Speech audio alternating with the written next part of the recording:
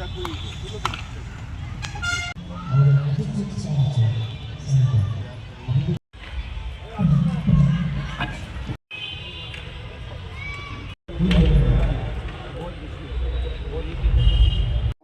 আমরা প্রাথমিকভাবে আগামী 14 তারিখের যে প্রোমো ফেস্টের যে প্রধান যে আমাদের আকর্ষণ শ্রেয়া ঘোষাল নাইট কনসার্ট, তার জন্য আস্তাবল মাঠে এসে আমরা আগামী দিনে যে আমরা মঞ্চ তৈরি হবে, আপনারা দেখতে পাচ্ছেন অলরেডি কাজ শুরু হয়ে গেছে।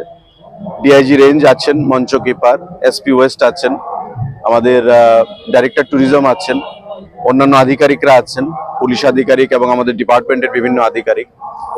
একসঙ্গে আমরা এসে এখানে আলোচনা করলাম এবং ফিজিক্যালি এখানে এসে যেটা আমরা বুঝতে পারলাম যে এটা ওভার ক্রাউডেড হবে, সেটা আমরা আগে থেকেই জানি।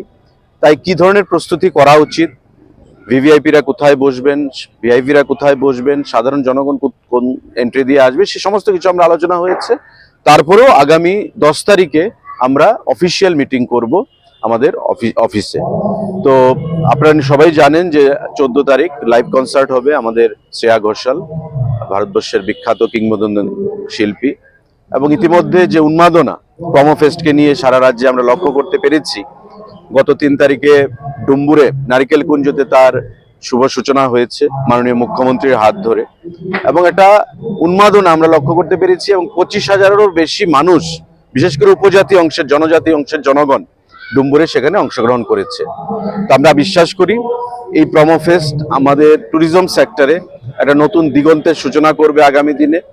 আমাদের যেটা উদ্দেশ্য, ইচ্ছা, যে ত্রিপুরা রাজ্যের জাতি জনজাতি প্রতিটা অংশে মানুষের কালচার, ফুড, কাস্টমস, ড্রেস সমস্ত কিছুকে শোকেস করে বিশ্বের দরবারে প্রদান করা, এবং এটা করার জন্যই আমাদের প্রোমো ফেস্ট আমরা এবার স্টার্ট করলাম।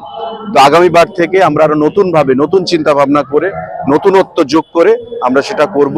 তো আজকে এখানকার ভিজিট আমরা যেটা বলবো যে 14 তারিখ ওভার ক্রাউডেড হবে এবং তার জন্য পুলিশ প্রশাসন, সিভিল অ্যাডমিনিস্ট্রেশনকে সঙ্গে নিয়ে আমরা আগামী দিন মিটিং করব এবং এখানে এসে প্রাথমিকভাবে আমরা মঞ্চ কাজের যে শুরু হয়েছে তার পরিদর্শন করে গেলাম।